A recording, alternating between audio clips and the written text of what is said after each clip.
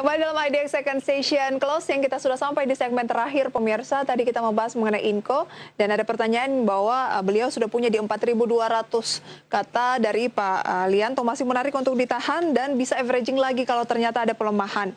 Nah, Pak Lianto, kita bisa averaging di posisi berapa, dan kalau melemah karena ini adalah level yang sudah cukup tinggi tahun ini, sebaiknya kita cut loss di posisi berapa? Oke, kalau misalnya di sini saya melihat ya,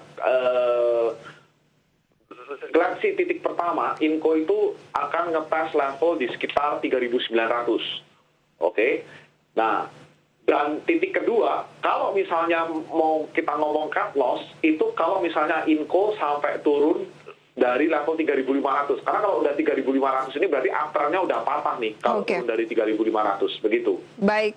Itu dia ya rekomendasi mengenai Inco kepada Pak Stanley dan juga pemirsa yang memiliki portofolio dalam bentuk saham Inco. Keputusan investasi kami kembalikan kepada Anda. Menyambung Inco dari komoditas, ada pertanyaan berikutnya dari Pak Franky di Surabaya. Selamat sore, beliau menanyakan ITMG.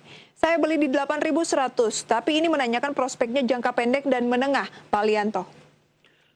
Kalau untuk ITMG ini sebenarnya it's about time. Ya, karena kalau kita lihat juga harga komoditas batu bara cukup bagus ya, ditahan walaupun kemarin sempat tergoncang karena China sempat membatasi impor dari Australia. Nah, tapi saya lihat ini tidak akan terjadi harusnya untuk Indonesia ya, mengingat hubungan kita dengan China cukup baik sekarang. Dan ini sebenarnya kita tunggu aja karena China ini sudah sebentar lagi akan memasuki musim dingin. Dan kalau misalnya sampai China melonggarkan importnya untuk Indonesia, nah ini saya rasa akan lebih bagus untuk ITMG-nya. Jadi memang ITMG ini kita lihat fluktuasi ya sekitar 8.000 sampai 8.500 gitu. Tapi 8.100 as long as Bapak sabar, saya rasa ini akan membuahkan hasil yang bagus. Berarti cermati setiap perkembangan dari informasi seputar batu bara gitu ya? Ya, China terutama. Baik. Mungkin kalau untuk saat ini support resistennya di posisi berapa yang bisa jadi acuan, Pak? Untuk support, ada support kuat di 8.000 ya, dan level resistennya itu paling tinggi di paling dekat 8.500. Begitu dia jebol 8.500, saya rasa dia akan rally itu. Dia akan rally. Cermati dulu 8.500 ya? Ya. Dan tentunya harga komoditas batu bara khususnya dari China. Betul sekali. Oke, kemudian kita akan beralih ke pertanyaan berikutnya nih Pak, mengenai ACST dan ASRI. Ditanyakan oleh Pak Edi di Bandung, bagaimana dengan ACST posisi 224? Oke, jangka pendek. Kita udah ngomong ACST ya, which is sektor konstruksi. Sorry, tadi maksudnya di level berapa? Beliau punya di 224 untuk jangka pendek. Oke.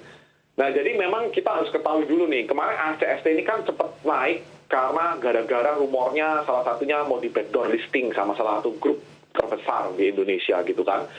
Nah, tapi memang sektor konstruksi ini ya kita harus tunggu Pak ya.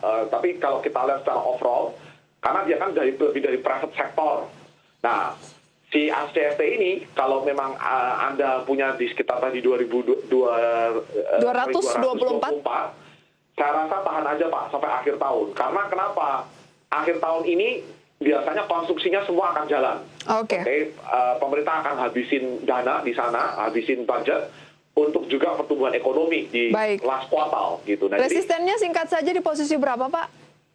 Resisten terdekat ini ada di 260 ya. 260 sampai 260 ya. Baik. Sayang sekali waktu kita terbatas, Pak Lianto, dan belum kita bahas untuk pertanyaan lain dan ASRI tadi yang ditanyakan juga oleh Pak Edi. Terima kasih atas analisis dan rekomendasinya. Oke. Sukses selalu untuk Pak Lianto dan selamat berlibur ya Pak ya. Ya, terima kasih. Selamat sore. Dan pemirsa, demikian IDX Second Session Closing. Semoga bisa menjadi analisis dan juga rekomendasi untuk portofolio saham Anda. Bagi Anda yang belum sempat dijawab pertanyaan-pertanyaannya, bisa diajukan lagi pekan depan. Saya Prisa Samudatu pamit undur diri. Sampai berjumpa kembali.